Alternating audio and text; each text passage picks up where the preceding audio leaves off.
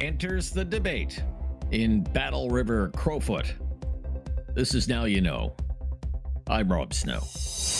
Deeper than the headlines. The answers you need to know. This is Now You Know with Rob Snow on News Radio. Pierre Poilievre's one and only mission this summer is to win back a seat in the House of Commons. And the Conservative Party leader has a chance to do that if he can manage to do the expected and win a by-election in one of the safest Conservative ridings in the country, Battle River Crowfoot in Alberta. That was the scene of a candidates' debate last night put on by the Camrose and District Chamber of Commerce. It was Poilievre versus 9 other candidates. Though Poilievre is originally from Alberta, he's called Ottawa home for decades, and he doesn't live in this riding, but nevertheless argued he understands Alberta. Now, in fairness, I'm from Calgary, born and raised, and Calgary's a little ways from Camrose, but there's a lot of shared values across this province and across this country. And my Alberta values taught me about faith, family, and freedom, hard work, helping your neighbors, and those values guided me to fight for the values of this region when I was leader of the party and member of parliament over a couple of decades, that I forced the Liberal government to get rid of their carbon tax,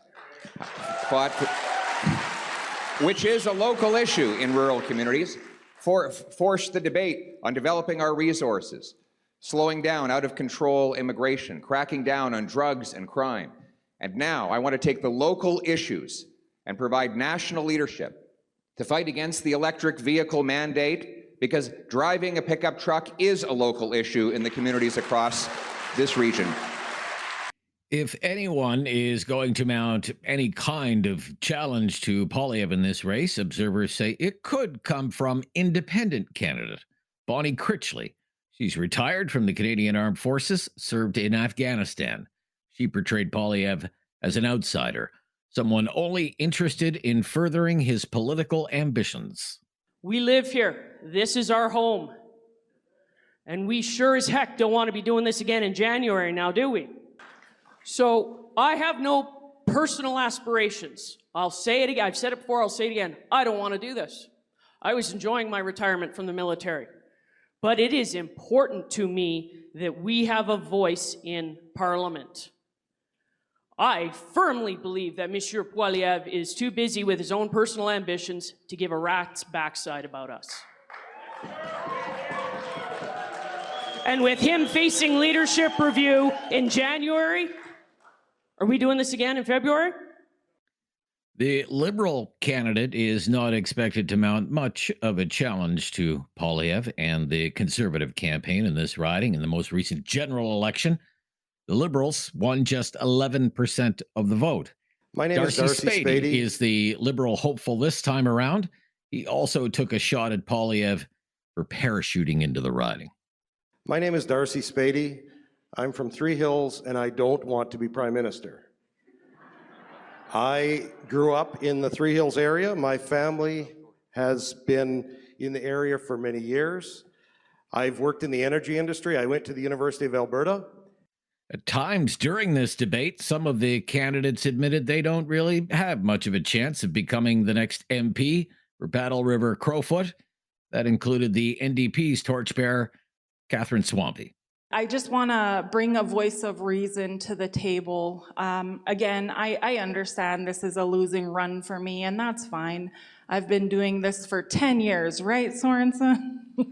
Yes, but I'll still be here. I'll still be here advocating for issues, again, that are otherwise ignored by the government. I'm here to fight. I'm here to advocate. The issue of all the protest candidates from the so-called longest ballot initiative, that came up during this debate. That's the group that signed up 209 candidates, the most ever. It's the group that says is trying to raise awareness about the need for electoral reform. Because of that longest ballot initiative, voters in this by-election will be using write-in ballots. Elections Canada made that decision earlier this week. Most of the candidates at this debate seem to agree it's been nothing but a nuisance.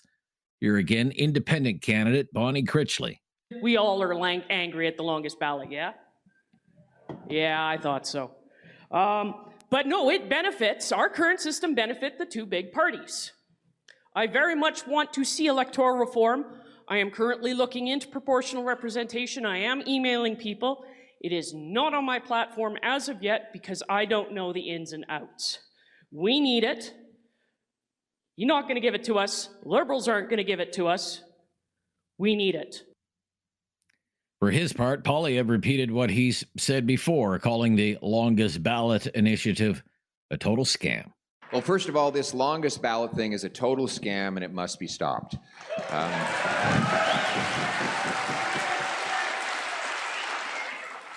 I'm the only leader that this interest group seems to have targeted for some reason, and that I find interesting, but it is a total scam and there is no good public interest reason to do it.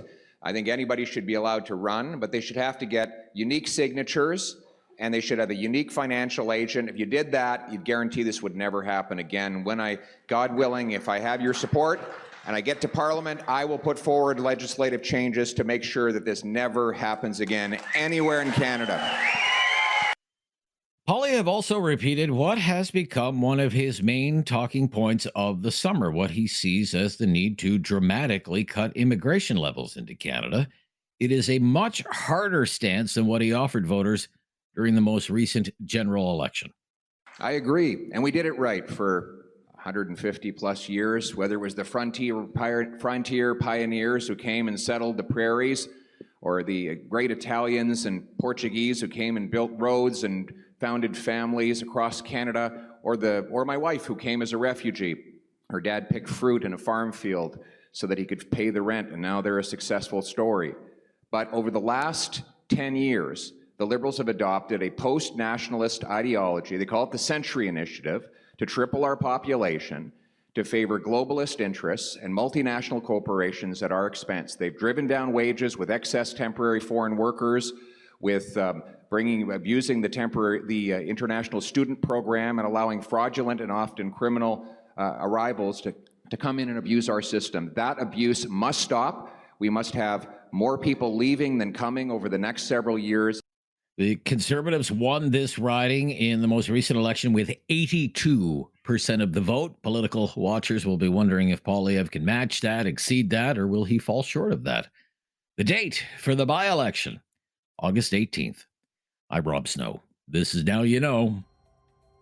This is News Radio. You have questions Now You Know with Rob Snow has the answers. on News Radio.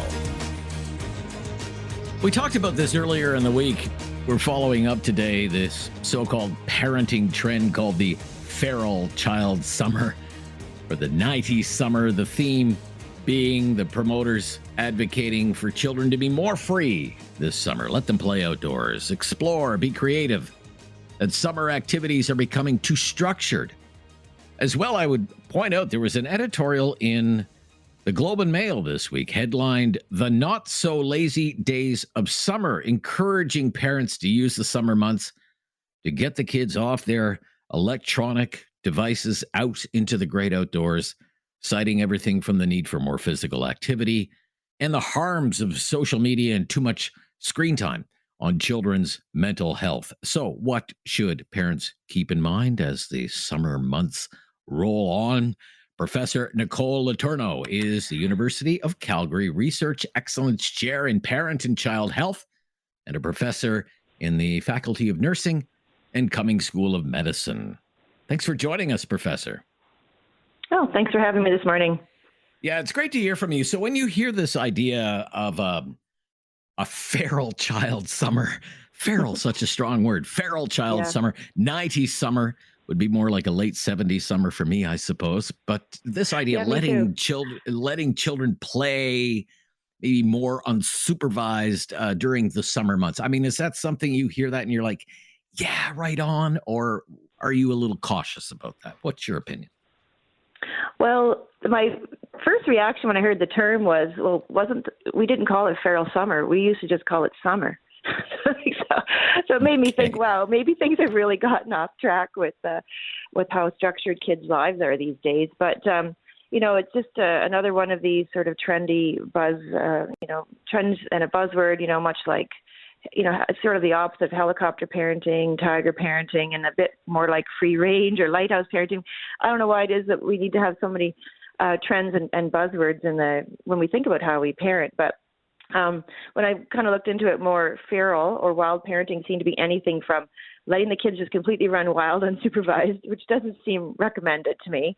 And I don't think, if we even think back, I was more of an 80s child, but, we ran wild, but there were adults all around. Might not have been our parents, but there was always some adults around kind of making sure that the kids were okay, And then, so it's that kind of idea, I think, that, as you said, it's kind of extreme. I don't think that's really what the intention is. I think the intention is just to give kids more freedom and parents more freedom, less structure, less of the camps, and more just free time to use your imaginations and get outdoors. And actually, you're right, get off the devices, talk to other kids, play with other kids, talk with parents. And, that sounds like I can get behind that. But the running completely wild, Okay. that might be a bit nostalgic, but I don't think we ever actually truly did that.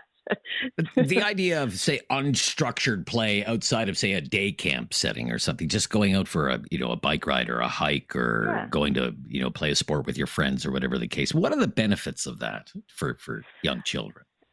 Well, it's, taking advantage of the moment and opportunities as they rise and using problem solving and imagination and just decision making with groups, like, what are we going to do now? We haven't made a decision already. Let's that's what, it sounds a little formal, but when kids get together, they do make decisions about what they're going to do together. And that takes cooperation and listening and, all the things that we want people to be able to do when they grow up and enter the workforce and that kind of thing. And just being able to have some just natural experiences, natural opportunities to just be a kid and develop those skills that we all want kids to have. I think it can happen very much more naturally in those sort of unstructured play settings.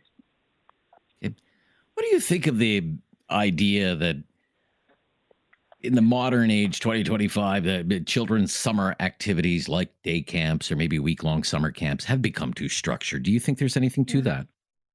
Well, if you were in a situation where you had to put your child in a summer camps every single day of the summer, that seems a bit extreme.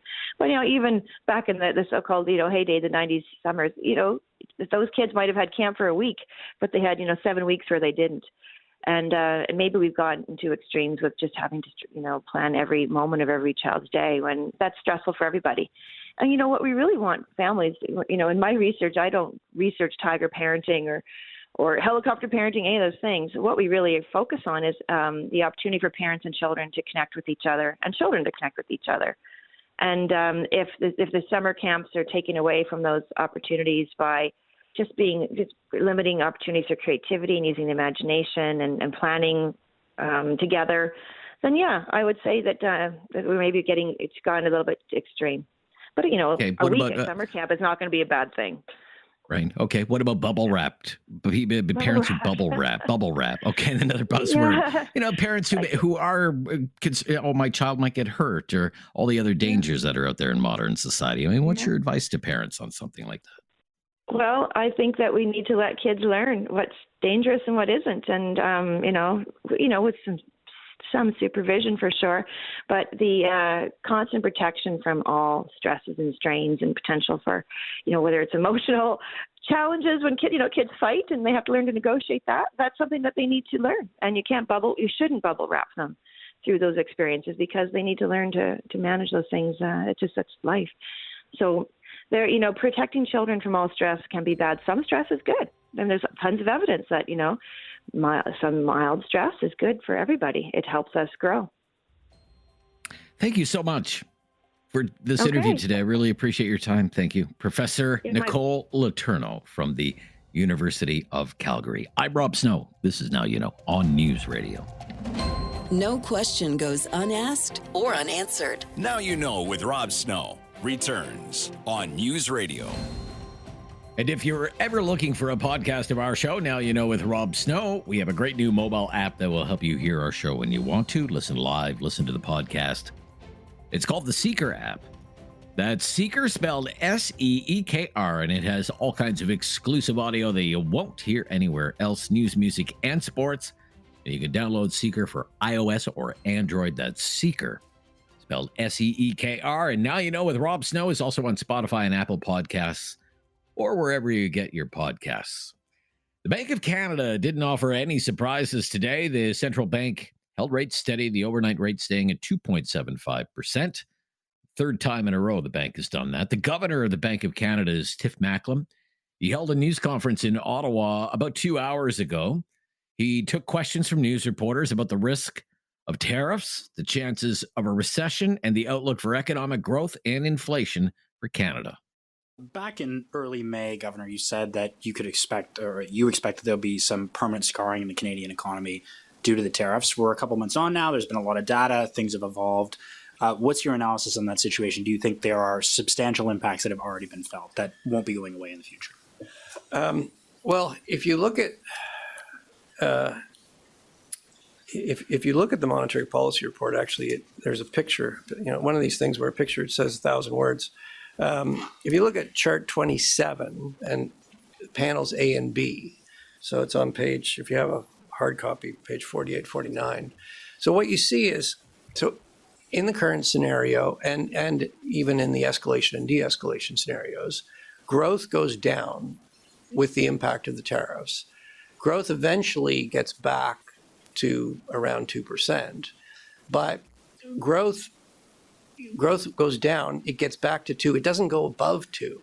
So what that means is that the economy is on a permanently lower path. So yes, I mean, unfortunately, the sad reality is that tariffs mean the economy is going to work less efficiently. It means there's going to be less income, so there's going to be less consumption.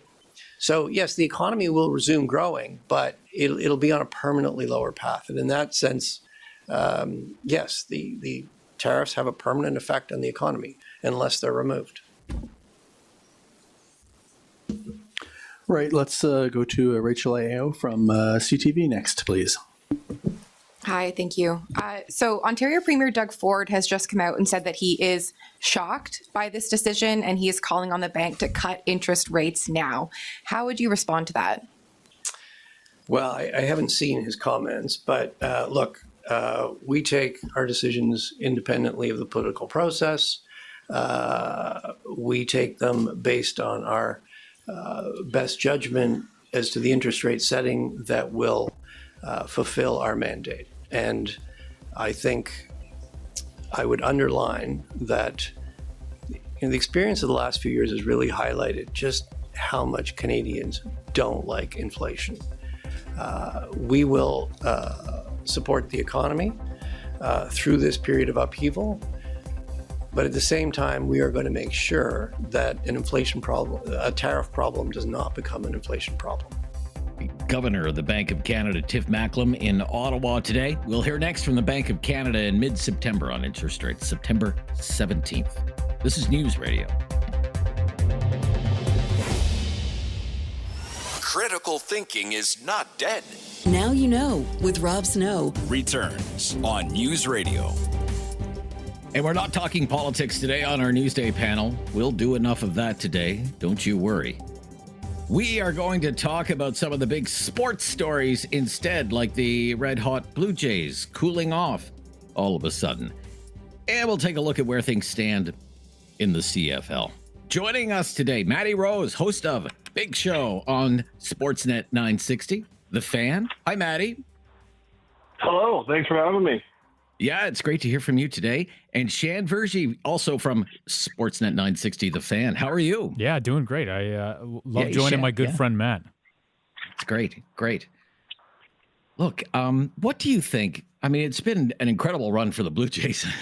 It's hard to believe that they're doing this poorly against the last place Orioles, but so goes sports, I suppose. But when you look big picture and how this season has unfolded, Matty, for the Blue Jays, what do you think has been the difference this season compared to previous seasons? I think there's been a handful of things. Like, the team didn't really change too much. They kept on with a few of the things that, were bright spots in a pretty disappointing year last year. The rotation certainly comes to mind. And as much as they didn't have pitchers that ended up at the All-Star game this year, they still have a very strong rotation, especially at the top of the order when you can go Kevin Gausman, Jose Barrios, Chris Bassett, Max Scherzer's looked good since finally getting healthy. Eric Lauer has been an extremely pleasant surprise over the last couple of weeks and months here. So that has stayed the same. But one of the things that they've certainly been able to do is just kind of put the ball in play. It's not necessarily the bombs that are coming from the Jays. It's not all home runs. Vladdy's only got 15 on the season. Vladimir Guerrero Jr., that's a low number by his standards. But this is a team that doesn't strike out much. They get on base. They make opposing pitchers really work to get through innings. And it's just been a bit of a mentality change that has allowed them to create offense almost in a small ball type of sense, but just never really be out of a game. They've got strong pitching. There's obviously some improvements that can be made before the deadline on Thursday here, but I think the biggest thing that's a difference to me is just the way that they are able to just be consistent with their at-bats, not wasting them like we saw in years prior. So that's allowed them to put up some runs and make them one of the more pesky teams to deal with in the major leagues. Shan, what do you think? What's the difference this season for the Toronto Blue Jays? It's a team that's really hard to play against. They're relentless. And on top of that, you got bounce backs from guys like George Springer and then a lot of guys that were floating around AAA last year. You've got Nathan Lucas, who now is batting leadoff consistently. And you've got a lot of other guys that last year you wouldn't have considered to be a big part of this team. But yeah, they're relentless. They're hard to play against. I think they're a pitcher's nightmare. And like Maddie just said, they don't necessarily hit a bunch of home runs like a team like the Yankees. And they just beat the Yankees in a series because they forced them into a lot of errors. Just a lot of infield singles, a lot of singles, a few doubles mixed in there. And yeah, you're not getting the power from guys like Vladimir Guerrero Jr. you're used to seeing, but it doesn't really matter when everybody's on base, and it's just tough to play them for a full 9 innings. So yeah, it's a Blue Jays team that's a lot of fun to root for, and they just don't stop, and they love playing together. So, Maddie, as you said, you look up and down the lineup, not a lot of big changes from seasons past, but who's surprised you then this season? Like, who's been a standout, would you say, this season for the Jays? Well, I think one of the biggest names has to be Addison Barger, the way that he's come in and added some of that power that they haven't necessarily had, like Shan said, like the Yankees, but Addison Barger coming in and being an everyday guy who can be in the top of your order. That's been an extremely pleasant surprise as someone who, I think there were flashes that we had seen in years prior, but nothing quite like this. The other guy I would mention is Eric Lauer. It's not necessarily creating the offense, but the way that he's come in is kind of a 4 or 5 pitcher and been able to give you at times 6, 7. We've even seen him go 8 innings recently. That's been really key for this Blue Jays team to make sure they don't really have to tax their bullpen so hard when it is those days that you're calling on your 4th and your 5th starters to go out and try and win you a baseball game. So that's been encouraging for sure. And I got to say, one of the guys that Shan pointed out there too, like George Springer having a real resurgence. He came out of the gates red hot. He kind of regressed to the mean a little bit as the year has gone on, but he's added a little power to his game. He's still stealing a ton of bases. He's managed to stay healthy for the majority of the season. So to have that guy back and kind of having really meaningful games for the Blue Jays and being someone that they can actually rely on, I feel like he's got to be one of the guys at the top of the list. So those would probably be 3 names that I would throw at you that have really impressed me and maybe surprised me over the course of the season with the Blue Jays.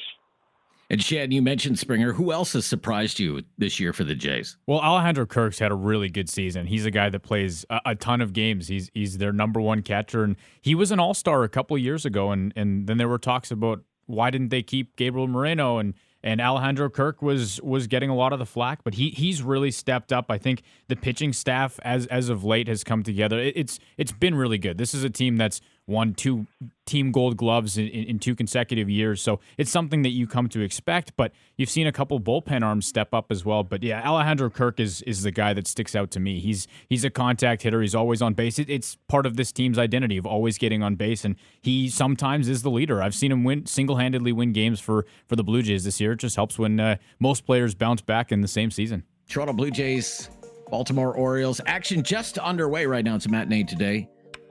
Toronto in Baltimore, and the end of the top of the first no score, just to give you an update. And then the Jays will have the day off, and they'll start a series back in Toronto, hosting the Kansas City Royals. I mean, it is frustrating to see the Jays struggle, as I said, against Baltimore, but they have played extremely well against some very good teams of late. They won the series with the New York Yankees. They won the series against the Detroit Tigers. When you look at the American League generally, Shan, I mean, who do you see as, say, the biggest competitor for the Jays in the American League? Who do you think? What team is that? Without a doubt, it's still the New York Yankees. And I understand they've dropped in the standings, and they've done it to themselves. There's been a ton of errors in their games, a lot of mistakes, but this is still a team that when Aaron Judge comes back, he's the best hitter in the world. And you've got a bunch of players on that team that are still dynamic. So, yeah, I'm always worried about the Yankees. I think the Jays being in first place is great, and I think they are a legitimate contender. But the Yankees will always be there, and until they beat them in the playoffs, it's still a concern for me. But on top of that, Boston's playing pretty well, and Tampa's a team that they'll most likely start selling off some assets, so not exactly worried about them. But it seems like it's always New York and Boston you have to worry about. And for some reason, I know Baltimore's not having a very good season whatsoever, but whenever they play the Toronto Blue Jays, they'll always beat them. But still, the New York Yankees are the biggest threat, in my opinion. Okay, New York Yankees. Maddie, what is that team for you?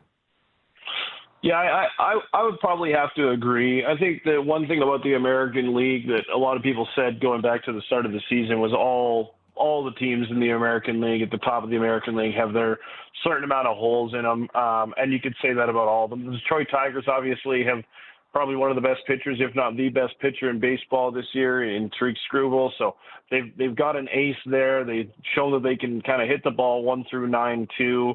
You never really know what you're going to get out of the Astros, but I would have to agree it's the Yankees. The other thing I think of when you finally do get around to the postseason and playing the Yankees, if you end up playing them in the Bronx more than you'd like, if you have to go on the road and play them, they got that short porch, and they've got a lot of guys that can hit for power. And as much as the Jays have been good as far as their starters and the majority of their relievers go, at times they have shown a propensity to give up the long ball. And in Yankee Stadium, they have that short porch in right field, and if you're going to give up some hard hit balls, there's a lot of times that those are going to leave the park rather than be doubles like they would in other ballparks. So I would still worry about the Yankees, especially depending on when you have to end up facing them.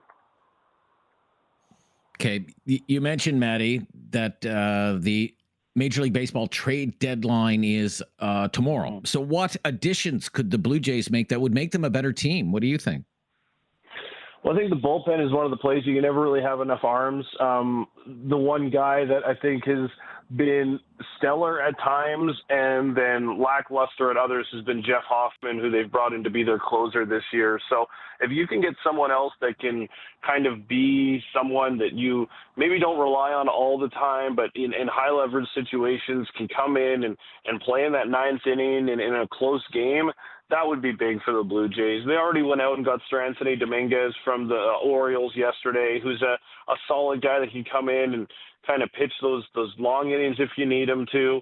But for the most part, I'm really starting to look at the closing position for the Jays. That would be my biggest area of need. Obviously, another bat would be great. You know, adding another player that could be a starter and maybe kind of bump Eric Lauer out of your rotation and ask a little bit less of Max Scherzer, that would be great too. But it really does feel like the top of the bullpen, if you can get someone who's a legit closer to come in and kind of tandem with Jeff Hoffman, that would be probably the biggest area of need for this Jays team, in my opinion. All right. So another closer. Shan, what do you think? Yeah, another bullpen arm does make a ton of sense, and I like what Maddie brings up there about a starter. And Eric Lauer is a guy that's started a ton of games and had some really good games for the Blue Jays this year. But when it comes to the postseason, sometimes that fifth starter becomes a really good bullpen arm where if you need 3 innings in game 2 of a series, that's where you go. So I like the idea of bringing in another starter. Now, obviously in baseball, you can't trade draft picks like you can in the other big 4 sports here. So it's the prospects, and Blue Jays fans have been deprived of a good prospect system for a long time, and they finally have it this year. So do you go out and give away a couple of your top guys in an Arjun Nimala or a Trey Savage? If it's worth it, then you can get a starter that's still got term left. But Maddie brings up a power bat as well, or a bat, and I think a power bat makes some sense. Now, it's tough to go out and get 4 or 5 players at the deadline because you're giving up so much, but this is a team that brought in Anthony Santander to be that guy that can hit a home run. He doesn't necessarily need to have a great average, but he's been injured all season and don't know if he can come back for the playoffs. It's weird for a guy to come back with 2 games left and head into the postseason. You don't know what you're going to get. So I have thought about bringing in another power bat. It's intriguing to me, but the bullpen is important, no doubt about it. They've run a lot of guys that are up and down between the Bisons and them, so I think that's also that's probably front of mind for them. Let's see here. Calgary Stampeders 5-2, second place in the West Division. Ottawa Redblacks, my team, 1 win, 6 losses, for a winning percentage of 143. Great, and and losers of 4 in a row. How Bob Dice still has a job in this league is just beyond me as a head coach. But there you go. They're standing by their man in Ottawa. But look, to me, as a diehard fan of the CFL, the Stamps are one of the great stories, I think, of the CFL season so far. How have they managed to turn it around in Calgary? Maddie, what do you think? Well, I think one of the biggest things for the Stampeders this year has just been a complete kind of change in personnel. It's one of the beauties of the CFL that you can essentially go out and flip your entire roster, and given that it's only 9 teams, there's some ability to go out there and make some changes and become a better club. And the number one is that they've added Vernon Adams Jr., who is injured for this game on Thursday, but has still been playing very well up until this point, not expected to be a long term. But they went and got him a couple of new receivers. Damian Alford through the draft is getting a lot of attention. Dominique Grimes and Tevin Jones have been very good. They've seen better play from guys like Jalen Philpott and Clark Barnes, who are taking steps as kind of young Canadian receivers, becoming veterans. And then they flipped the entire defense. New defensive coordinator, 12 new players, and that defense, you never really know what you're going to get until they play. And sure enough, they've gone out and they've been one of the best teams in the entire CFL, especially in not giving up touchdowns. Through 7 games, they've given up only 8 touchdowns. And to kind of bookend that, they've also scored 4 on defense through turnovers. So to be only -4 in touchdowns through 7 games is a pretty impressive number when it's the first time that all of these guys have really been playing together. So that would be what I would say is that they've turned over all of the players, and it just feels like general manager and head coach Dave Dickinson has hit a lot of home runs as far as some of the guys that he's brought in. Yeah, Shad, we only have about a minute left. Maybe just some thoughts on this great start for Calgary in the CFL. What do you think has happened there? Well, you bring in a guy like Vernon Adams Jr., that can change everything. And Calgary's used to having great quarterbacks. You look at Bo Levi Mitchell, Henry Burris. The list goes on. And last year just wasn't up to par. So, yeah, for Vernon Adams Jr. to come in and do what he's doing, it was expected. But as Maddie just mentioned as well, you have that. And then you also have the defense that is basically brand new, and you weren't expecting all of this to happen. But, it was the question mark to start the season, and I don't think it's much of a question mark anymore. And, hey, 2 losses, one against Montreal is a tight game, and that game against Ottawa, that was torrential downpour, and I don't even think they should have been playing football that day. Those are the 2 losses on the season. I think it's been such a great start. Henry Burris. Gosh, we could use Hank, and we could bring back Hank in Ottawa. I could go for that right about now. But that's why they play the games. And as you said, one of the only win for Ottawa this year came against Calgary. So we'll see what happens tomorrow in the Canadian Football League. Great to talk to both of you today. A lot of fun for me. Maddie Rose and Shan Furgie, thanks so much. Enjoy the rest of your day. Appreciate you having me. It's been a lot of fun. Thanks. That was great. Thank you. Bye. From Sportsnet 960, The Fan. Hey, Talkback is coming up right after the news at the top of the hour. Turn our attention a little bit back to the political realm and the direction of this country and whether Canada is going in the right direction or the wrong direction. Hope you'll weigh in on that on Talkback. Right after the latest breaking news, I'm Rob Snow. This is Now You Know on News Radio. It's time to talk back.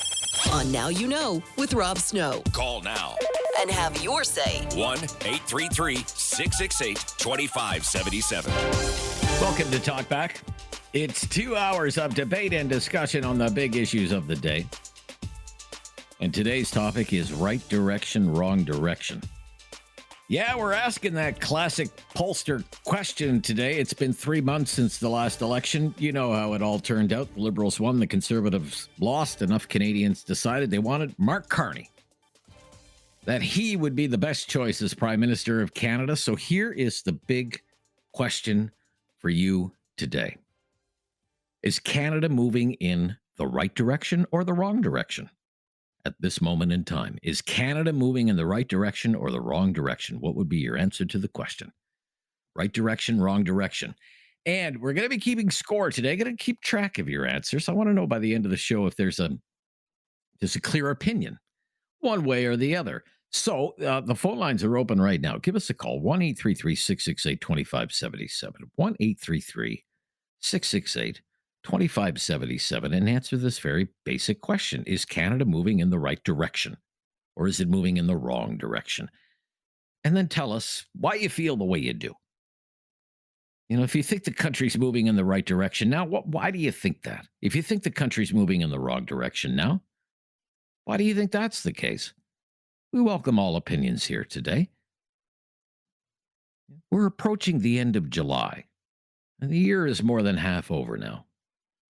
If you think about what Canadians were thinking about their government and the direction of the country 7 months ago, I mean, it was a pretty bleak time for the government of the day, the Trudeau government. That was a government led by a prime minister clearly on its last legs. People had had enough of Justin Trudeau, and they couldn't wait to show him the door.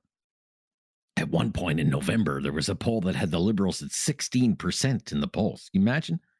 And at the time, the main beneficiary of all that angst with Justin Trudeau was, of course, Pierre Poilievre and the Conservatives, who enjoyed a massive lead in the polls.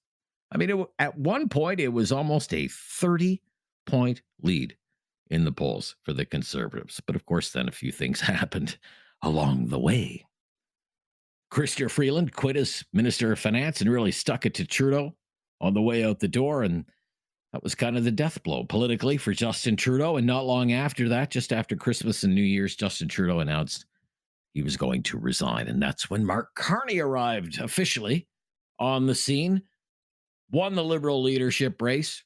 It wasn't even close. And you had this magical renewal of the Liberal Party. To a certain extent, at least at the leadership level.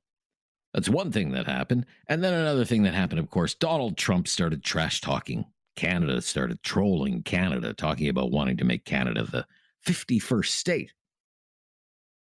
And that was another big game changer in the country because it became the dominant issue for many voters in the subsequent federal election campaign. And instead of that election campaign being a classic change election, is a time for a change in the government, the election instead became as much about who's the best person to stand up to Donald Trump. And we know how it turned out. The Liberals, led by Mark Carney, mounted one of the greatest political comebacks in Canadian history and almost won a majority government. The Conservative Party performed well under Pierre Poilievre, their best result since the Mulroney wins of the 80s, but just not enough. And Pierre Poilievre lost in his own riding in the Ottawa area, and now he's in the running in this by-election in Alberta, in Battle River Crowfoot. And the NDP was nearly totally wiped out, 25 seats down to 7, lost official party status. Jagmeet Singh lost in his riding as well. Now that party needs to have a leadership race. It faces a years-long rebuild. So we have had now really seriously and firmly 3 months of what Canada could call the Mark Carney show. He's running the country. He's the most powerful person in the country. He has done some things that Trudeau would never do, but he's keeping many of the same Trudeau policies. And of course, most of the key people around Carney were also key people in the Trudeau government, both in cabinet and behind the scenes in the Prime Minister's office. And many of the same challenges remain. The clock is ticking on this Friday deadline for a trade deal with the Trump administration. There's no indication that there's going to be any breakthrough by Friday. Many Canadian industries are still getting hit by tariffs: aluminum, steel, autos, auto parts, energy, potash. Many of the big issues that the Trudeau government left behind are still with us. Cost of living, cost of housing, homelessness, drug addiction, crime, public safety, immigration, healthcare wait times, all of these issues, if there's even the possibility of progress on these issues, I mean, it's likely going to take more than 3 months to show some sort of progress. So as we move into the tail end, everyone, of the summer months, look ahead to the August long weekend. With a little more than a month to go before everyone's summer holidays are over and done with and your children are back in school and our work lives return to normal, we want to know, how do you feel right now about where Canada is going? That's why we want to ask. This is a classic pollster question, okay? Is Canada moving in the right direction or the wrong direction? 3 months after the election, is Canada moving in the right direction or the wrong direction? What would you say? What would you say? Yes, Canada's moving in the right direction. If that's your opinion, we're open to hearing that. Where do you think progress is being made, though? Defend yourself. Or would you say, no, Canada's moving in the wrong direction? If that's what you believe, why do you believe that? Why do you think Canada's moving in the wrong direction? Going to keep track of your answers today. In Alberta today is Wayne. Hello, Wayne. Good day. How are you? I'm good, Wayne. Is this country moving in the right direction or the wrong direction? Absolutely wrong direction. Why is that, Wayne? Why do you say that? Why is that? Just my biggest problem is the national debt. It's targeted for $1.2 trillion. I think it's more than that. I think it's more than that already, Wayne. Yeah, it's more than that already. It may well be. I just don't want my grandkids to have to pay for all the idiocy and bad management that we've had for the last 10, 15 years. It is appalling. Okay, so you think the biggest thing that concerns you right now is kind of the fiscal position of the government, spending too much money, racking up too much debt. Is that fair enough? That's one. That's number That's one. one. The second one is immigration. Second one is immigration. Okay. We have too many people in this country that are criminals right now. And the law and order out here is despicable. Okay, so immigration, top concern. Crime, public safety would be a major concern for you. If I could just jump in, according to the Canadian Taxpayers Federation, which has its debt clock, which keeps a running tally every day, the national debt just at the federal level, okay, because remember, most of the provinces, they have their own debts. The national debt right now is $1.26 trillion, Wayne, and your share of that is $30,271. That's your share. That's my share, too. And it's going up by about $110 million every single day. Every single day. Yeah, it's a big number. A little too much, Rob? It's a big number, that's for sure. A little too much? I would say it's a lot of money, for sure. It's a lot of money, for sure. But do you think we're going in the wrong direction? I got you down there. You're the first voter of the day. Thank you, Wayne, in Alberta, for being a first-time caller. Let's go to Peter in Halifax today. Hello, Peter. Hello. How are you, Rob? I'm good, Peter. Do you think... well, I really appreciate that. Very kind of you. Are we going in the right direction as a country or the wrong direction? What do you think? Well, Rob, I'm afraid we're going in the extremely wrong direction. It's quite sad. I take the transit a lot. I get out there quite a bit. And I consider myself a keen observer of the human situation. And what I notice is that those who drive, seems to be always alone, always look angry and frustrated.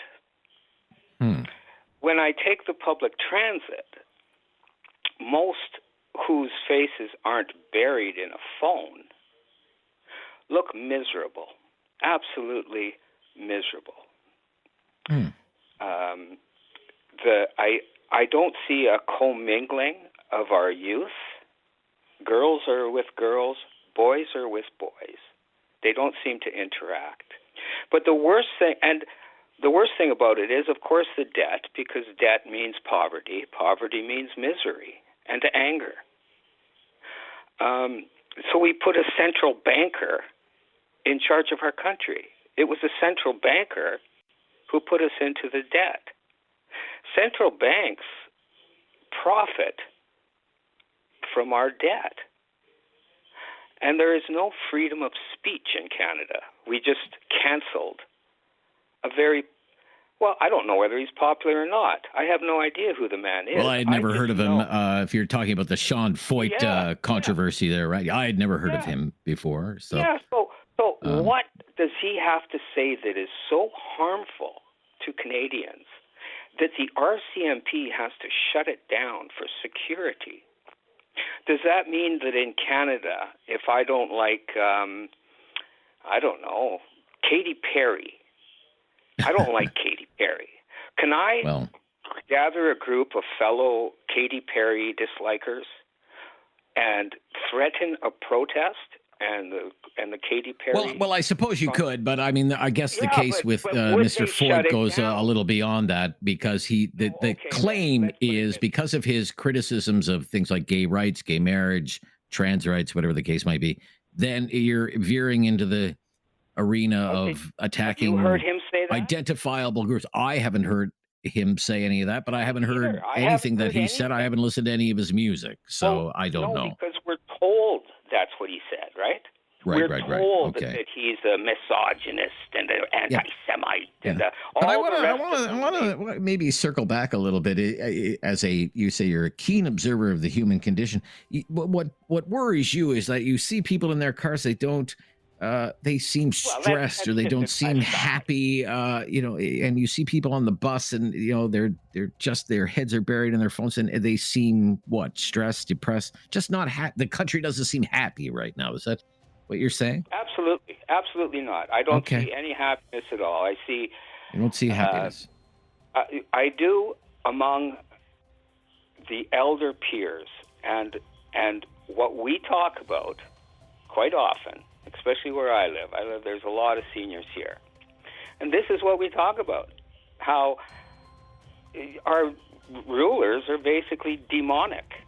I mean, look at what we're helping. Gaza. I mean, right direction, wrong direction. Demonic is not really an option, but I have you down as we're not going in the right direction as a country. Thank you, Peter. Got to run. Have something on your mind you want everyone to know? Call now. Hello. 1-833-668-2577. It's Talk Back on Now You Know with Rob Snow.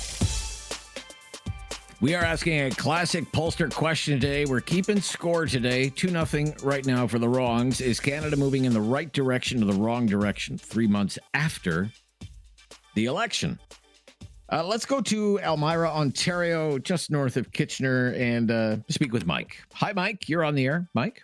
Hey, I think we're headed in a much better direction. I see far more respect for other people and parties. Mark seems to bring some diplomatship and dignity back to the role of a politician. Maybe because he isn't one, he's not fitting in as well. I love it. I just think I like that we're thinking Canada, bring Canada together, and that's kind of where I think. So I vote positive. Okay. You're optimistic that we've kind of turned a corner here, you would say. That's my hope. Okay. That's your hope. Okay, you have broken the shutout, Mike. So thank you for that. Really good to hear from you today. Who else do we have in Cole Harbor, Nova Scotia? Glenn, also a first-time caller today. Hi, Glenn. Hello, Rob. Thanks for taking my call. My pleasure, Glenn. Right direction, wrong direction. What do you think? Wrong direction's been going that way for over 10 years. Okay. Well, where do I start? Everything else that has been mentioned as well, but I got to wonder what the right hand's doing when the left hand is distracting. You're looking at slashing the fees to go to PEI. Now they're talking about Newfoundland. There's also talk about a guaranteed basic income. Like, where's all this money coming from? And I think it was on the second reading in the Senate. Now that I'm retired, I have time to look into what's happening. And, I don't think we're heading the right direction. And also the rumor about the fairness equity tax, or whatever they're going to be calling it, to do with a home equity tax? A home equity tax? A home equity tax on personal residence? Yeah. The previous government, I know a little bit about that. I've done radio shows about that. I mean, the previous government, the Liberal government, spent $500,000 studying that idea, always maintained it wouldn't do it. Justin Trudeau had a secret behind closed doors meeting with the group that is pushing for that at the University of British Columbia. I'm telling you what, I've said this once, I've said it again. If they ever moved ahead with a home equity tax, a tax on the sale of your primary residence, there would be a protest in Ottawa that would put the Freedom Convoy to shame. I'm going to say that right now. Well, I'm gonna bet against that, because I think there's been enough fear placed into the public now that they know if they're ever to challenge the government, they might actually go to jail. So I'm not going to get into that side of it. I might know a bit about what freedom is. I've served in the armed forces. I've been overseas. I've had a chance to see how other countries work and populations. And I'm not. Okay. I don't think you're going to see anything near what the Freedom Convoy was before, because they've instilled a fear in the Canadian people I've never seen before. People just don't want to speak up on any level. Okay. Right? Okay. Well, they can speak up here. That's why we do talk back every day, sir. I thank you for lending your voice to the show. 3-1 through the first half hour of Talkback today. Right direction, wrong direction, with the wrongs in the lead. Share your opinion. 1-833-668-2577. This is News Radio. Have something on your mind you want everyone to know? Call now. Hello. 1-833-668-2577. It's Talkback on Now You Know with Rob Snow. This is a question pollsters ask from time to time. We are keeping track of your answers. 3 months since the last election. In your opinion, is Canada moving in the right direction or the wrong direction? What would you say? Yeah, I just happened to look at some of the political polls today just to get a sense of what the pollsters are saying about where things stand with our politics right now. I mean, there's really no big reason to be looking at political polls right now since the election was only 3 months ago, and there's not going to be an election anytime soon, but I'm just hopelessly addicted to following politics, and that means I like to look at the polls every now and then. I mean, it's pretty much unanimous. There doesn't seem to be a lot of voter remorse 3 months after the election. If another election was held today, not much would change. There's a good chance the Liberals would do even better than they did 3 months ago. Might even win a majority government. I mean, most of the polls have the Liberals holding a very comfortable double-digit lead over the Conservatives. I mean, Nanos has them up by 10. Leger has the Liberal lead at 13. Ecos has a 12-point lead for the Liberals. 10-point lead, says Research Co. Main Street says it's a 9-point lead. Only Abacus is bucking the trend. Shows a fairly close race. Abacus says is a 3-point lead for the Liberals, and that the Conservatives are still at 40%. So if a new Carney government is royally screwing up the country and has the country moving in the wrong direction, it doesn't seem to be reflected in the polls. Mind you, it's the dead of summer. A lot of people are in holiday mode, not really thinking about politics if they are answering a pollster's question at all. They seem, for the most part, to be quite content with the job of the current government led by Prime Minister Carney. He's still very much enjoying a political honeymoon. But does that mean he has the country moving in the right direction? That's our question. Given all the issues that still remain, is this country moving in the right direction or the wrong direction? What would you say? Rick in Dartmouth, what would you say, Rick in Dartmouth? 4-1. It's 4-1, okay. It's definitely All right. wrong direction. Okay. Why is that, Rick? I Why agree is with that? I agree with most of what your other callers have said regarding the debt and immigration and other things like that. But one of the things that sticks out to me still is the existence of Stephen Guilbeault as the environment minister and that the whole idea of removing gas and diesel powered vehicles from production in 2035.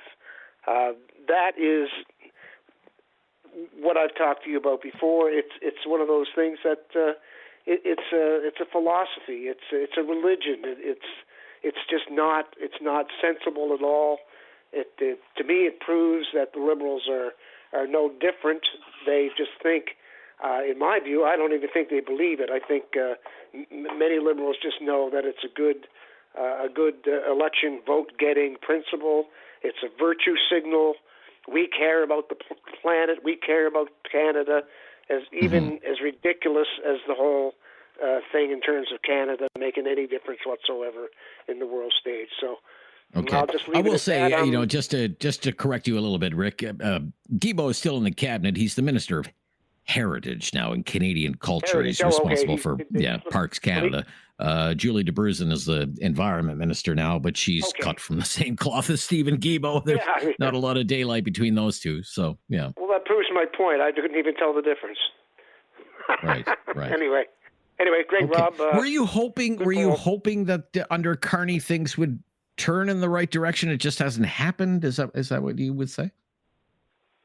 Well, no, I was never hopeful. You were I never watch hopeful.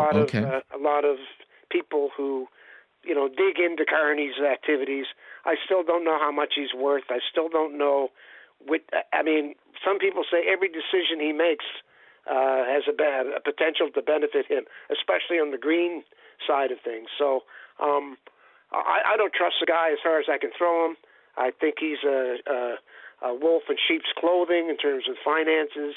I'm completely disappointed in the Canadian populace for voting him in, but that's the way it works. And also the mainstream media is never going to show him for really what he is. So that's it. All right, Rick. Thank you for your call, making the score 4-1. Come on, there must be somebody who thinks we've turned a corner here. Canada's moving in the right direction. If that's your opinion and you want to register a vote, give me a call, 1-833-668-2577.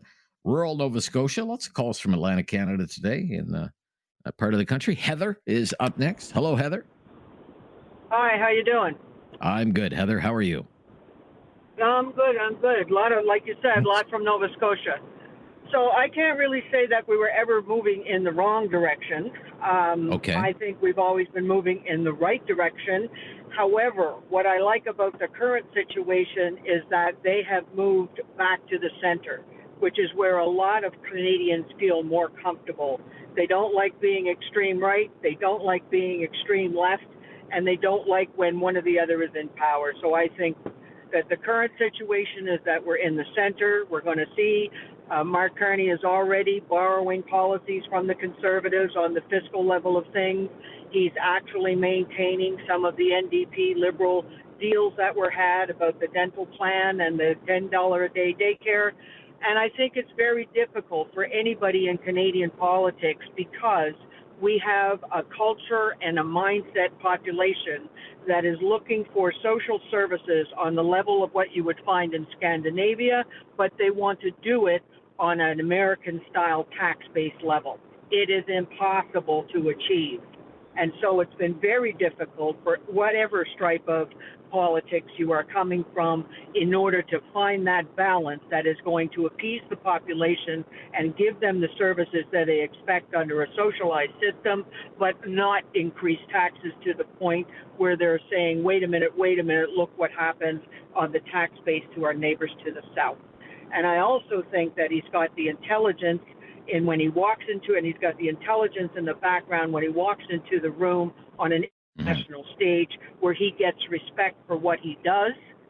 Okay. And that is different than what was happening before. And by the way, I've traveled I'm a retired diplomat, and I think that Canada is a great country, and we have to become more pragmatic, and we have turned the corner, and enough of this doomsday stuff about being in the wrong direction or that the Canada is lost and we're a terrible country. Okay, I'm just asking the question. I'm gathering all opinions. I welcome yours as well. I will say, to your point on his remaining commitments to programs struck with the cooperation of the New Democrats, dental care, okay, still committed to that. Child care, the liberal thing, $10 a day child care, committed to that school lunch program, still committed to that. Pharmacare, though, big question mark over that. It appears as though there won't be any major advancements on, say, single user pay pharmacare, universal pharmacare. I think that's dead in the water under the Carney government by the sounds of things. But we'll be right back on Talkback. Right direction, wrong direction. Where's Canada headed, in your opinion? Have your say on News Radio. Have something on your mind you want everyone to know? Call now. Hello. 1-833-668-2577. It's Talkback on Now You Know with Rob Snow. Very basic today. Is Canada moving in the right direction or the wrong direction? What would you say? How about Nick in Nova Scotia? Hello, Nick. You're on the air. Are we moving in the right direction or the wrong direction as a country? Nick, what would you say? I think we're slowly moving in the right direction. In my humble opinion, I'm not a diehard liberal or conservative. I'm more of I'd say a swing voter.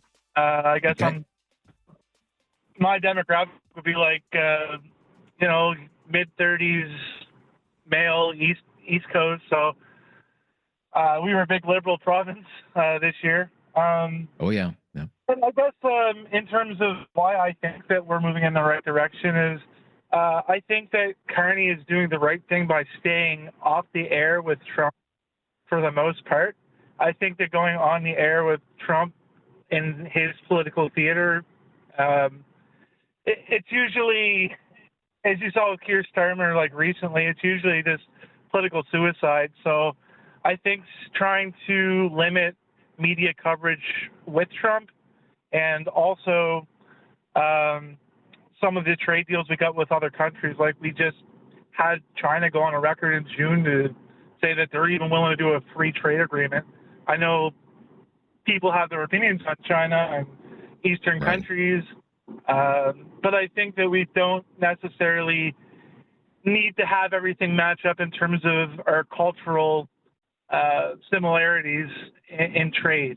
That might be a cold kind of view on things, but that's my personal opinion on it. Yeah, fair enough. That's kind of a old school Kissinger style view of the world, I guess. There are no friends, no enemies, just interests. What would be in Canada's best interest? You think more trade with China? They're buying a lot of oil from Alberta, record amounts of oil from Alberta. 7.8 million barrels or something. Yeah, it's a lot of oil. Okay. Well, you're narrowing the race here down to 4-3. So you think the country's moving in the right direction. And on Carney and his dealings with Trump, you like it that he's just kind of, I guess, even with this deadline looming on Friday, we'll see if he says anything on Friday. But I guess he's just kind of letting it play out behind the scenes, his people and their people, and he'll only have something to say when there's something to say, I guess. You like that approach? I think either way we're going to get tariffed. I don't think there's ever a way out of that. Okay.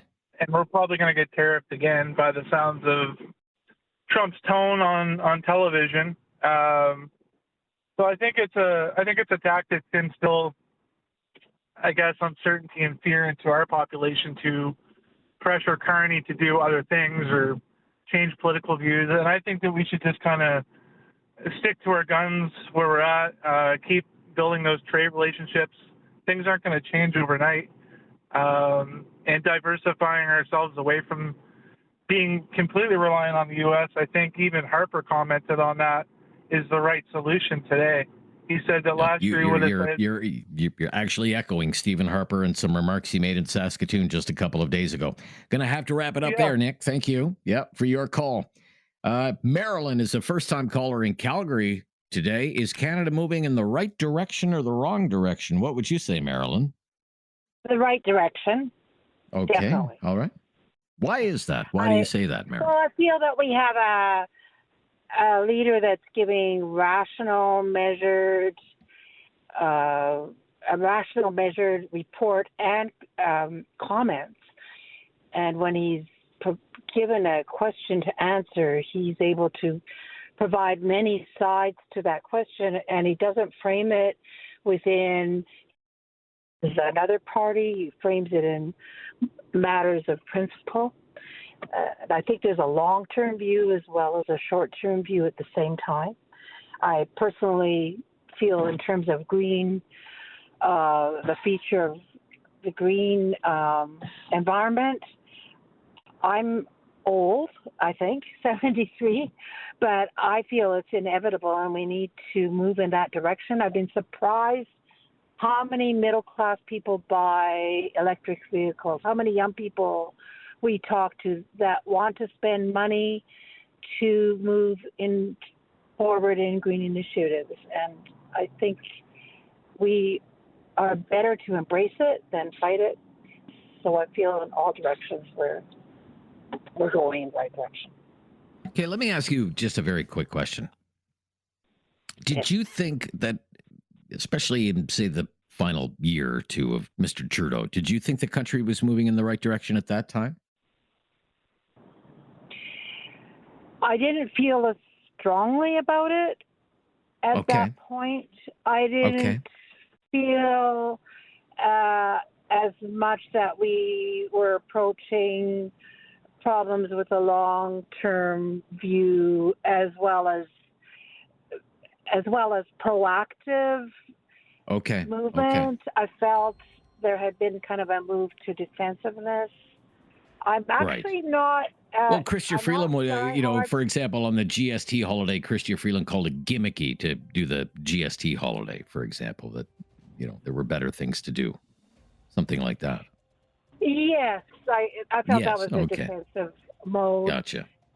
And I didn't know if all the minds that were at the table had a voice, because I would have been surprised if they would have supported that, really, if they could have done it individually. So I'm not really upset about certain people being back, because I think with leadership they can be freer to express their viewpoints. Gotcha. Got to run. Yeah. Thank you for your time today, Marilyn, who has us all tied up as we approach the end of hour number 1 of Talkback, with plenty of time to fit you in. A full hour still ahead here on News Radio.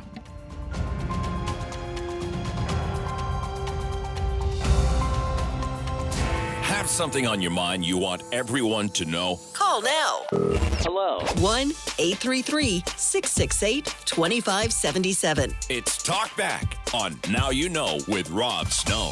Just a reminder, full hour ahead of Talkback. Hour number 2 of Talkback follows the latest breaking news at the top of the hour as we ask a classic pollster question. We keep track of your answers. We're keeping score. It's been 3 months since the Liberals won the election. What's your opinion here? Is this country moving in the right direction or the wrong direction? What would you say? Share your thoughts like Len is about to do out in Calgary. Hi, Len. Hello, Hi, Len. Rob. Yeah, good to hear from you. What do you think? Are we moving in the right direction or the wrong direction? I think we're moving in the right direction, Rob. A couple things. I would not want to be like south of the border and all the chaos down there. And you look at least Mark Carney gives you some hope. And I have grandchildren, and I want to think that the glass is half full and that we are going in the right direction, because I want to give them hope and prosperity. Okay. So, Len, what is it, maybe some specifics that you think that the country is moving in the right direction? What is it that makes you think we're moving in the right direction? Every time politically, when Mark Carney speaks, at least he gives me some hope. He speaks with some reason. I just think that we're a great nation of people. I just see us as a country that, is not getting caught up in the whole political disarray of the American culture. Okay. All right. That's very interesting. You are kind of looking at it through maybe an American lens. You see what's happening in the United States. Maybe you're not optimistic about the direction that the United States is moving in under Trump. Understandable. And you think Canada is in a better place. Fair enough. Absolutely. Okay, very interesting hour. Very interesting hour because callers right out of the gate were like, wrong direction. This country's going in the wrong direction. And the people who had that view, they owned the first half of this hour. And then,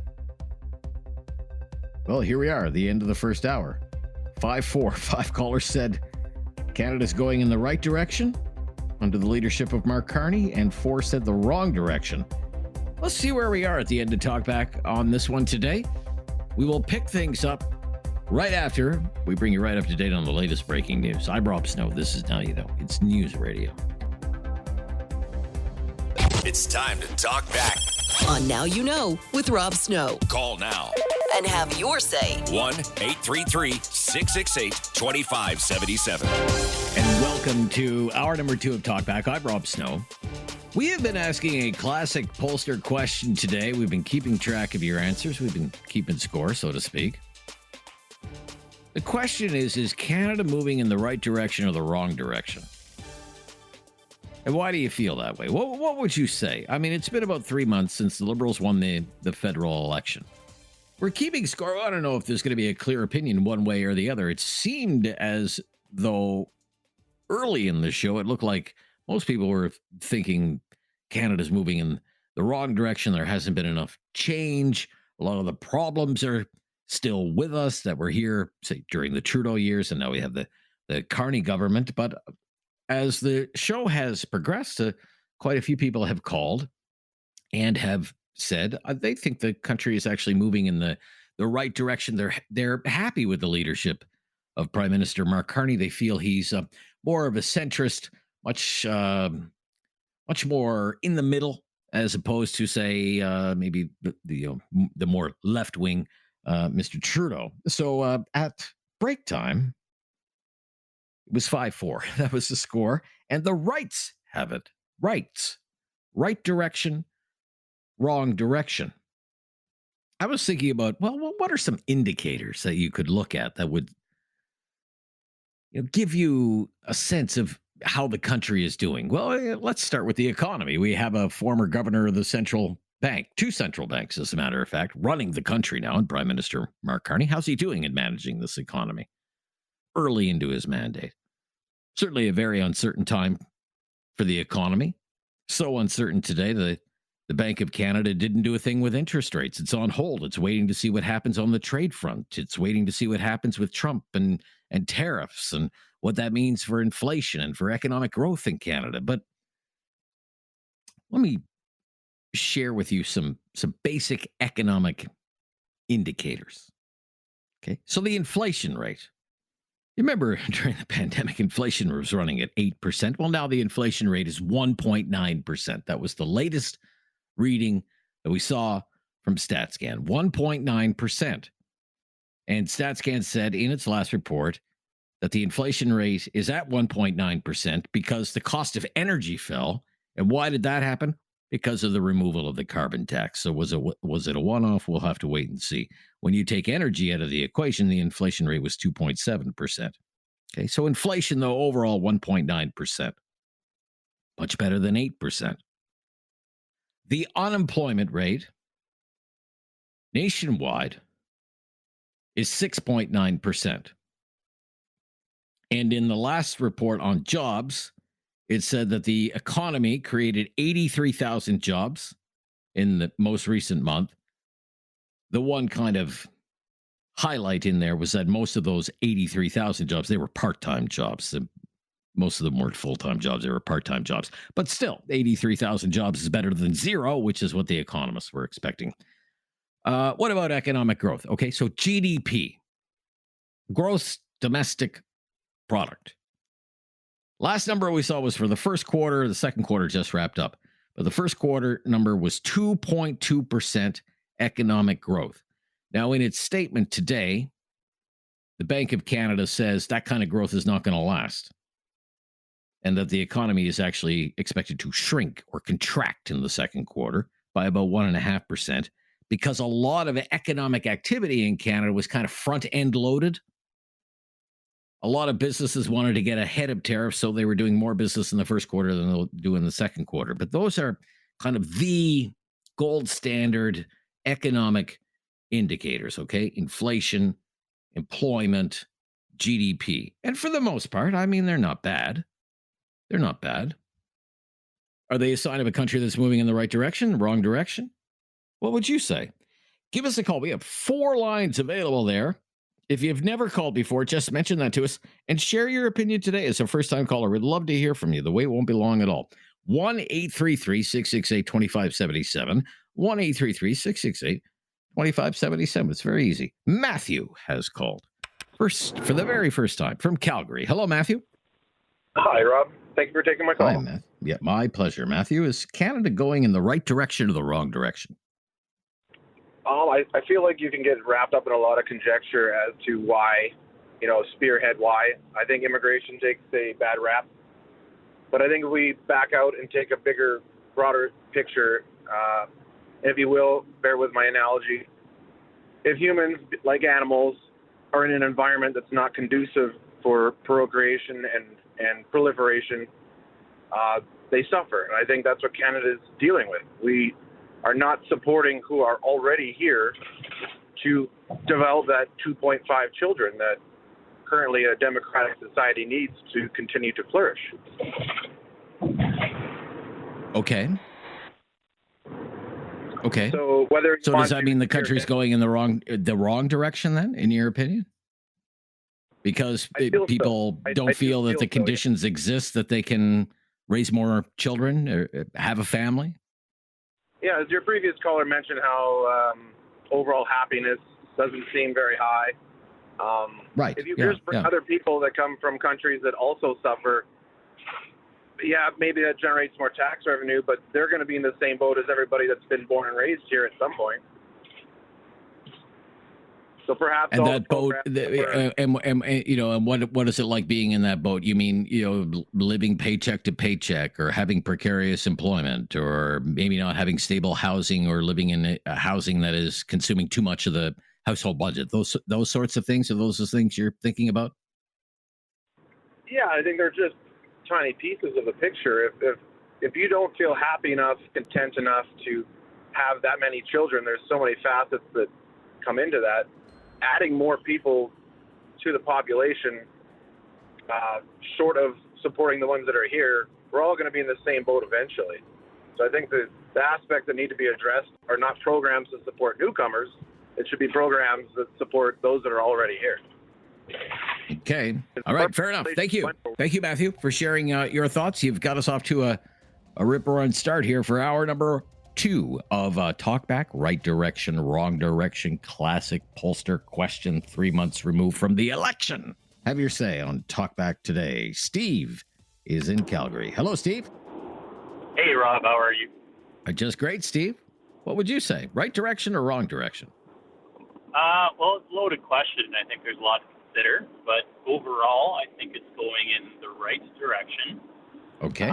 Why is that? When I consider things like spending, immigration, national defense, I see intent from the government to improve those and control them, to make them more sustainable. I personally believe that immigration is important and we need it. However, I think we do need to be cognizant of who we are letting into our country and control the number of people that are coming into our country. And our government has signaled that they're willing to do that. In terms of spending, I think the last government had a huge spending problem, which bloated our government, and it was hugely ineffective. Whereas now I think there's, again, been intent to slow down spending, be more cautious with it.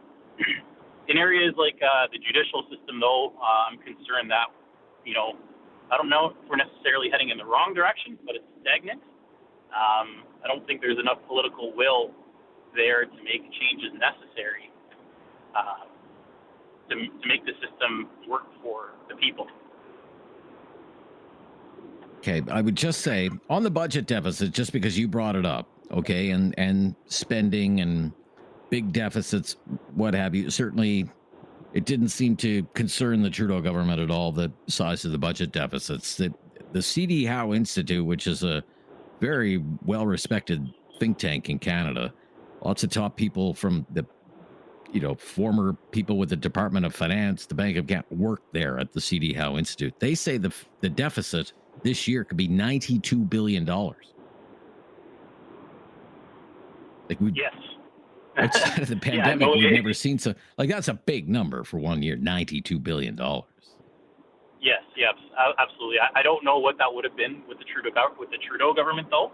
I hope that $92 billion comes with a slowdown in spending. There are factors that are out of our control, including the tariff war with the United States, that could affect that deficit as well. Okay. Again, from my view, this government is fairly new. And we're just kind of going off of what they're saying they're going to do, and we have to trust their word for it because it has only been 3 months, and I think time will tell what they will actually do. But my perspective from the short while that they've been here is that the intent is there, and some of the initial action has shown that they're willing to follow through with their promises. I've heard that the government is planning to cut or directed to different areas to cut their budget and be mindful of their spending. So for me, that's an action that shows that they do want to reduce their spending. All right. Thank you, sir, for calling. Steve in Calgary today. And staying in that city, we have Guy on the line. Guy. Hello there. Yeah. Guy. All right, Guy. Yeah. Hi there. What would you How say? are you today? Thank you. I'm just fine, sir. Thank you. Right direction or wrong direction? The wrong direction. Okay. All right. Big time. In sense. Big time. Okay. Yeah. The last 10 years. I'm born in 1962. So just to give the people thing, I work with quite a few Filipinos and some guys from Africa, really good guys and everything. And we've talked quite a bit, and they can't believe that my great-grandfather on both sides of my family have paid taxes on this land, and they got just as many rights as I do to go to the hospital and get Medicare and stuff like that, and we've paid for it for years and years and years, and it's and just I got to look after my grandkids, right? And it's just not right that they can come over and what did they spend on hotel rooms for that give them guys well, that federal hotel program, it was created 7 years ago. It's being wound down now. The number that was in the media was $1.2 billion. Yeah. You know what I mean? Number. Yeah. Okay. So it's primarily an immigration issue for you, sir? Oh, absolutely. It's this whole thing has been caused by that, right? And even the guys that I've worked for, they're immigrants. They've been over here. The one guy, the two guys from the Philippines have been over here for 12 years, and they say the same thing. They go, "I can't believe you guys let us do this." Right? Can come over and have. Okay. Well, I would say I think the government, late to the game, I would say, has recognized they've got to do something about the immigration levels. They've cut back various streams of immigration. The temporary foreign worker program, they cut that in half. It was going to be north of 160,000 down to 82,000 now. So, again, I think the government is trying to put the toothpaste back in the tube when it comes to changes to immigration. Appreciate your call. Cut you down. Wrong direction. Fair opinion. Be right back with more of them at 1-833-668-2577. It's Talkback on News Radio. Have something on your mind you want everyone to know? Call now. Hello. 1-833-668-2577. It's Talk Back on Now You Know with Rob Snow. Been asking today, Canada, is it moving in the right direction or the wrong direction? Keeping track of your answers today. Pretty close, 7.76 coming down the stretch here. I mentioned some of these major economic indicators. You know, the inflation rate's 1.9%. The unemployment rate's 6.9%.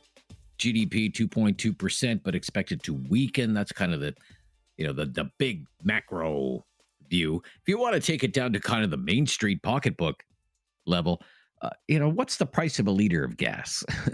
That was such a hot issue in the last year or so as we talked about, carbon taxes and whatnot. Gas prices, I keep track of them every day. They've been going up this week just about everywhere. For our listeners in Halifax, $1.43. Where we are in the National Capital Region, we're paying around $1.38. Same with our friends in Kitchener, $1.37.9. And out in Calgary today, according to City News Calgary, the average price for a liter of gasoline today, $1.33.6. Our friends in Vancouver, of course, where they love to pay high gas prices in Vancouver. It's always baffled me. $1.68.9. $1.68. That's the lowest gas price you can get. But there's no retail margin there.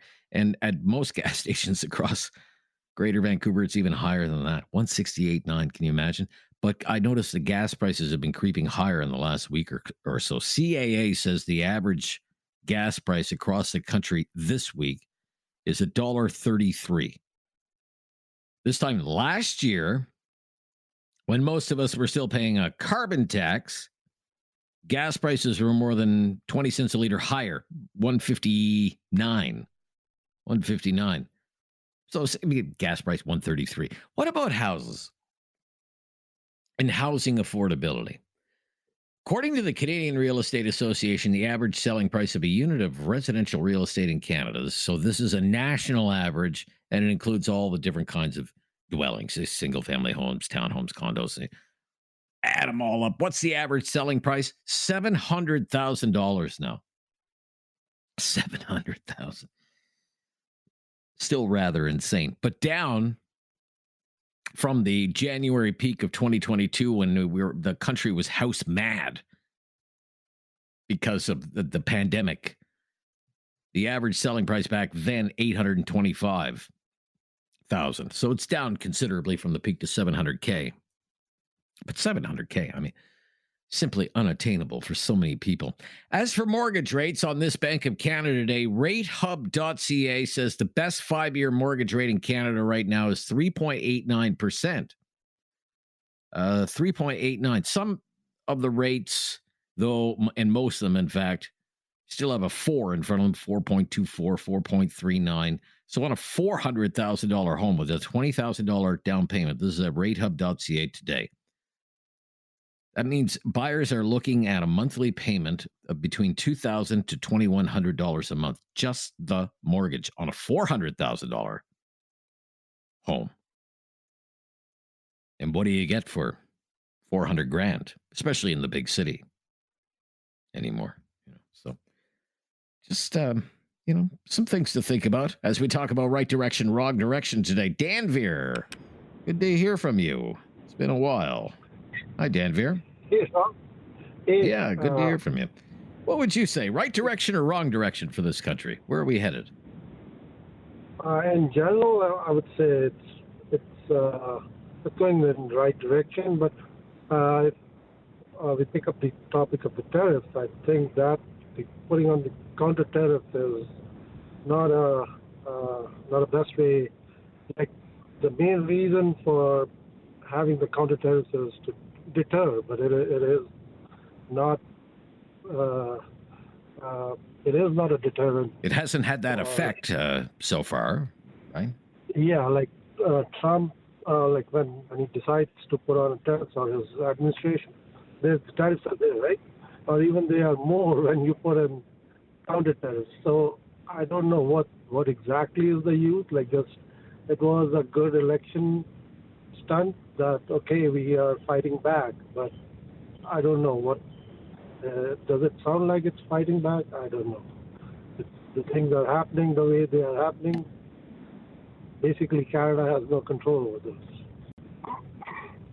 Yeah, it's going to be interesting to see what happens on Friday. You know, there have been so many deadlines. I mean, there have been April deadlines and May deadlines, and then we'd be Liberation Day, Donald Trump and Liberation Day, and now we've got this August 1st deadline, which is Friday. What if there's no trade deal on Friday? Do they just punt that off and set a new deadline that might be arbitrary anyway when it comes to tariffs and trade with the Trump administration, right? I'm sorry, but I've stopped following up on this. Like, anytime there's news on this, I change my. Like, it's been so, repeatedly, no end to it, right? So. Okay. But when you say generally speaking, the country is moving in the right direction. What do you think it has going for it right now that maybe it didn't before? So when you pick up any other topics or issues, so I would say Prime Minister Mark Carney, his intentions are well founded, and he's generally moving whatever possible.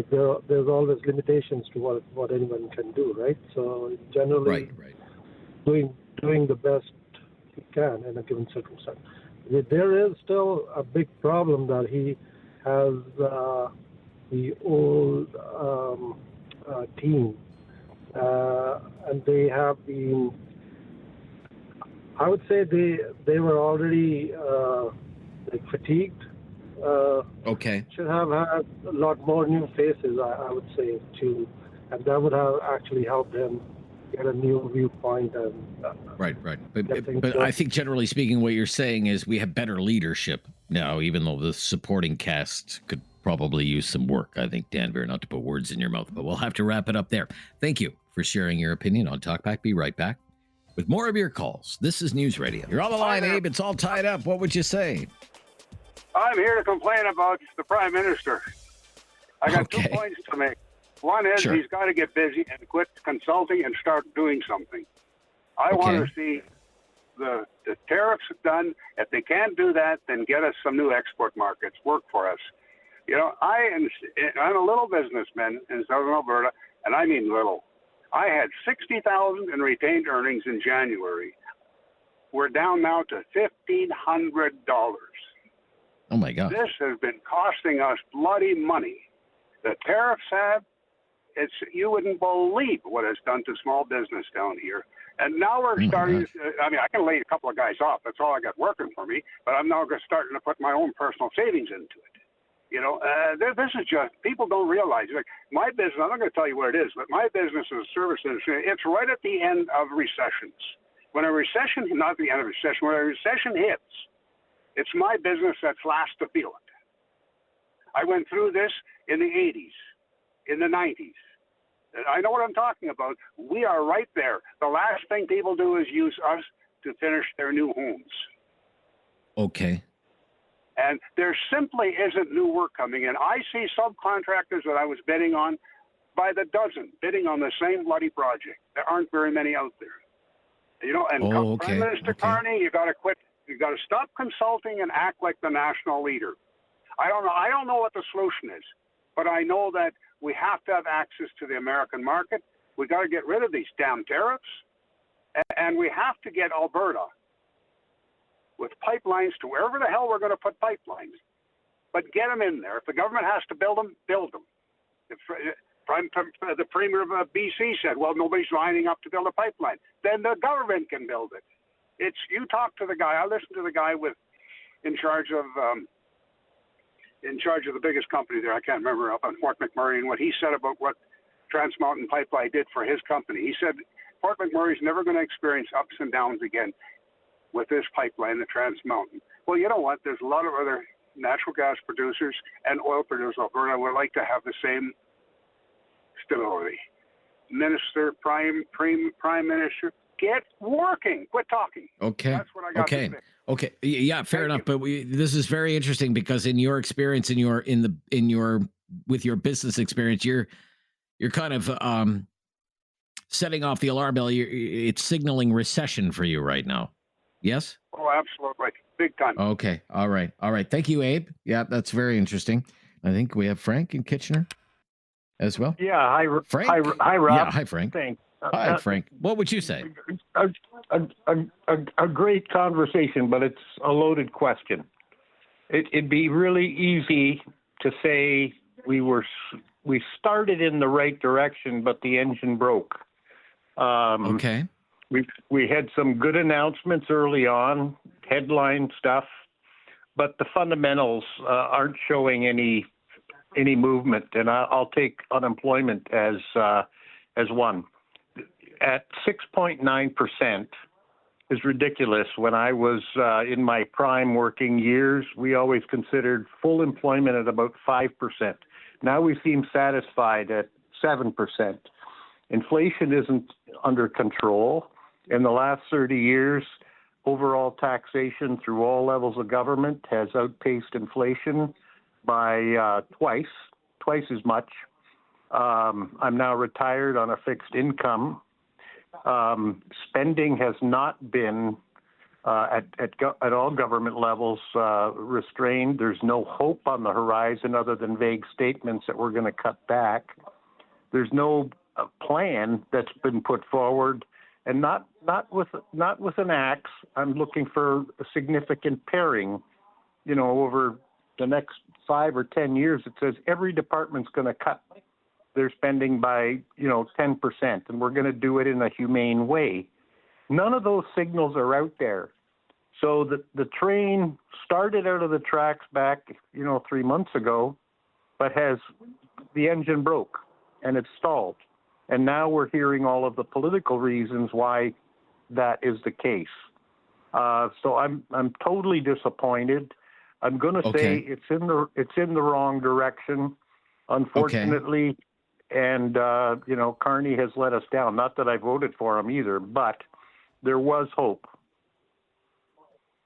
Okay. I appreciate all of your opinions, but I do reject that you call it a loaded question. I don't think it's a loaded question. It doesn't contain any controversial assumptions or anything like that. So it's just a very basic question, and people can share their belief and have done throughout the course of the last 2 hours on whether they believe the country is moving in the right direction or the wrong direction. In fact, opinion has been fairly split right down the middle on that, and we'll get more opinions coming up. 1-833-668-2577.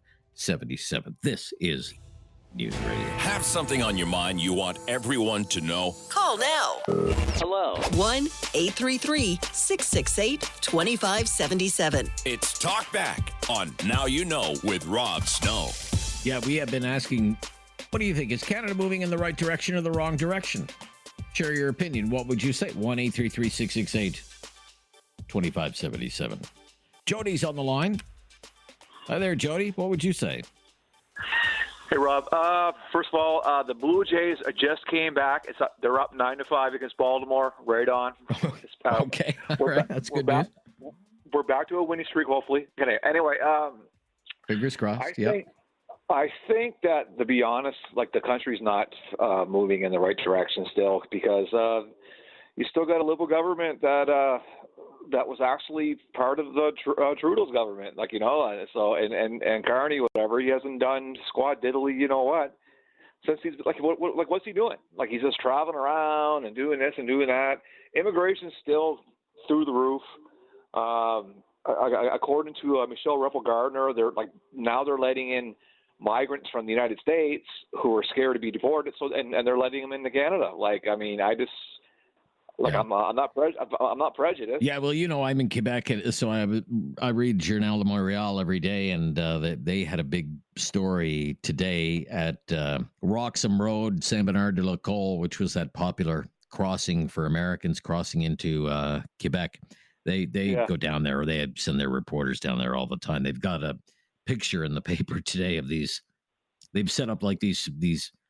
What do you call it? They look like construction trailers or whatever, where the authorities are processing these people coming across the border from the United States, for crying out loud. We're not supposed to take refugees from the United States. Yeah, I thought I thought migrants that were coming over, we're coming over from countries that were at war, or they were being like they were in danger and stuff. Now, but now they're coming in over from the States because they don't like Trump and they're scared of Trump, whatever. So they're coming to Canada, and the odds are they'll be in Canada for a long time. And so the immigration problem is not it's not getting any better. And I'm not prejudiced, but holy God, you got to draw a line somewhere here.